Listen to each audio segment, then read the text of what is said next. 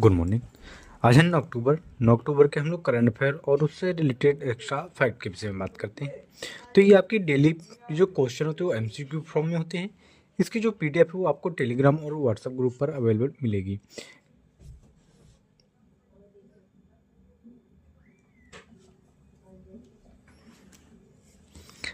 ये आपके all government एग्जामों के लिए बड़ी ही सफिशिएंट क्लास रहती है। तो चलते हम लोग स्टार्ट करते हैं पहले क्वेश्चन की ओर कि हाल ही में किसी संयुक्त राष्ट्र शैक्षिक वैज्ञानिक एवं सांस्कृतिक संगठन यानी यूनेस्को का अगला महानिदेशक नियुक्त किया गया है। तो हमारा जो राइट आंसर ये खालिद अल एनानी को है। खालिद एनानी मिस्र इजिप्ट के पूर्व संस्कृति मंत्री डॉक्टर खालिद अल एनानी को यूनेस्को का महानिदेशक नियुक्त किया गया है।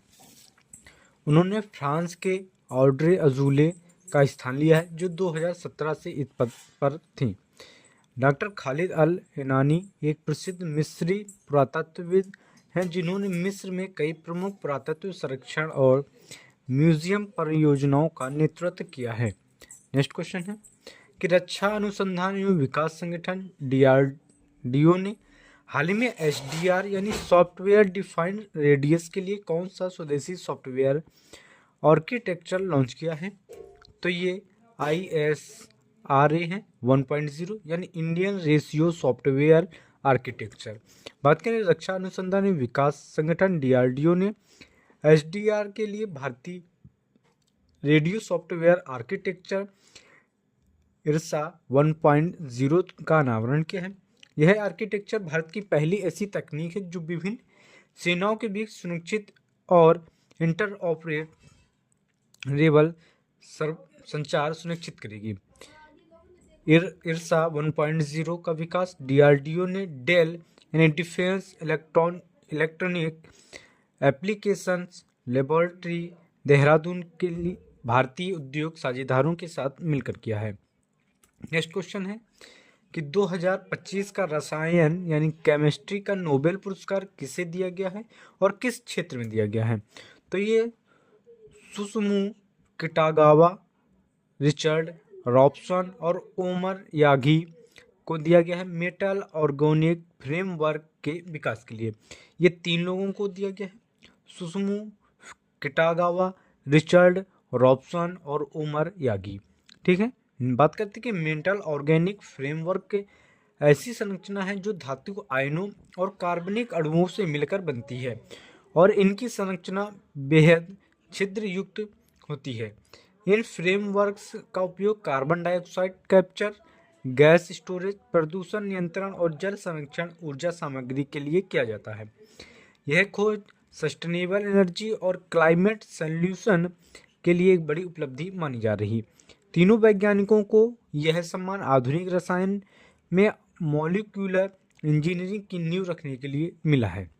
नेक्स्ट क्वेश्चन है कि विश्व स्वास्थ्य संगठन यानी WHO ने नवीनतम report global report on trend in prevalence of तंबाकू यूज 2000 से 2030 यानी के अनुसार तंबाकू उपयोग के संबंध में निम्नलिखित में से कौन सा कथन सही है। तो ये जो है ये 2030 तक तंबाकू के उपयोग में कमी की गति धीमी होने की आशंका है। WHO ने की रिपोर्ट के अनुसार वर्ष 2000 तक तंबाकू उपयोग में वैश्विक स्तर पर कमी आई, लेकिन कमी की गति पर्याप्त नहीं। 2030 तक कई देशों में अभी भी अपने लक्ष्यों से पीछे हैं। वर्तमान में विश्व भर में लगभग 1.25 बिलियन लोग तंबाकू उत्पादों का उपयोग करते हैं। WHO ने यह भी बताया कि 13 से 15 वर्ष की उम्र के करीब 1.5 करोड़ किशोर उपयोग करता है जो एक नई चुनौती बनकर उभरे हैं। नेक्स्ट क्वेश्चन है कि वन्यजीव सप्ताह 2025 के दौरान केंद्रीय मंत्री ने किस उद्देश्य में प्रमुख संरक्षण परियोजनाओं का शुभारंभ किया है। तो ये वन्यजीव संरक्षण और जैव विविधता को बचाने के लिए किया है। वन्यजीव सप्ताह 2025 के अनुसार भारत में 2 अक्टूबर से 8 अक्टूबर तक मनाया गया है। जिसका उद्देश्य वन्यजीव संरक्षण और पारिस्थितिकी संतुलन के प्रति जागरूकता फैलाना है। इस अवसर पर केंद्रीय पर्यावरण, वन और जलवायु परिवर्तन मंत्री भूपेंद्र यादव ने कई नवीन संरक्षण परियोजनाओं की शुरुआत की है। नेक्स्ट क्वेश्चन, सॉरी ये इसमें है कि इसमें नई योजनाएं कौन कौन शामिल है।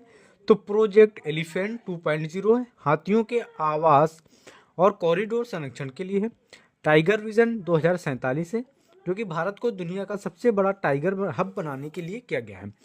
राष्ट्रीय वन्यजीव डेटा पोर्टल है, डिजिटल संरक्षण निगरानी के लिए। वन्यजीव सप्ताह की 2025 की theme harmony for all species, one plant one future है। सभी प्रजातियों में सामंजस्य, एक पृथ्वी एक भविष्य है।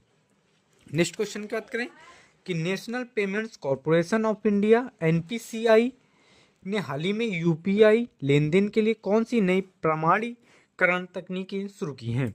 तो ये बायोमेट्रिक और वेयरेबल ग्लास प्रमाणीकरण है। एनपीसीआई यानी national payment corporation of India UPI unfilled payment interface के लिए नई पीढ़ी की प्रमाणीकरण तकनीकें बायोमेट्रिक वेरिफिकेशन है, वेयरेबल ग्लास और ऑथेंटिकेशन है का लॉन्च किया गया, जो बायोमेट्रिक सिस्टम के उपयोगकर्ता फिंगरप्रिंट या आइरिस स्कैन के माध्यम से सुरक्षित रूप से भुगतान कर सकेंगे, जिसमें पिन या ओटीपी की आवश्यकता नहीं होगी। नेक्स्ट क्वेश्चन है कि हाल ही में किस आगामी राष्ट्रीय प्रौद्योगिकी सम्मेलन के लिए आधिकारिक लोगों का अनावरण किया गया है। तो ये भारत एआई प्रभा शिखर सम्मेलन 2026 के तहत भारत सरकार ने भारत एआई प्रभार शिखर सम्मेलन 2026 के लिए आधिकारिक लोगों को और थीम का अनावरण किया है। यह आयोजन इलेक्ट्रॉनिक्स और सूचना प्रौद्योगिकी मंत्रालय तथा नीति आयोग के सहयोग से किया जाएगा। लोगों में भारत के डिजिटल मस्तिष्क को दर्शाया गया है, जिसमें एआई डाटा और मानव नवाचार का प्रतीकात्मक समावेश है। नेक्स्ट क्वेश्चन है कि केंद्रीय वित्त मंत्री निर्मला सीतारमण ने अयोध्या में किस धार्मिक सांस्कृतिक स्थल के नवीनीकरण का उद्घाटन करेंगी।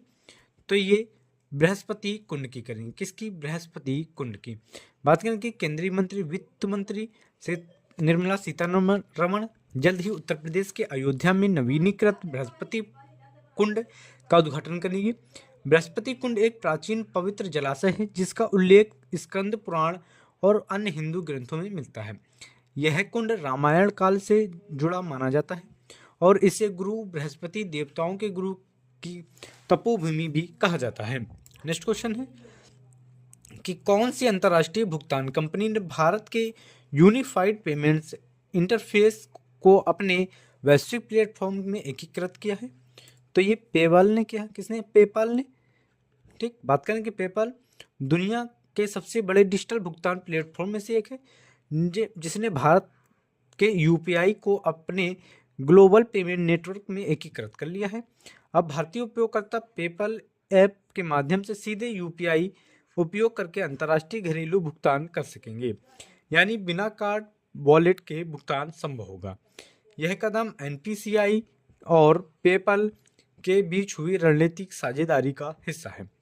ये हो गए हमारे 9 अक्टूबर के करंट अफेयर और उससे रिलेटेड एक्स्ट्रा फैक्ट भी। इसकी जो पीडीएफ चाहिए आपको टेलीग्राम और व्हाट्सएप ग्रुप पर मिलेगी। मिलते हैं नेक्स्ट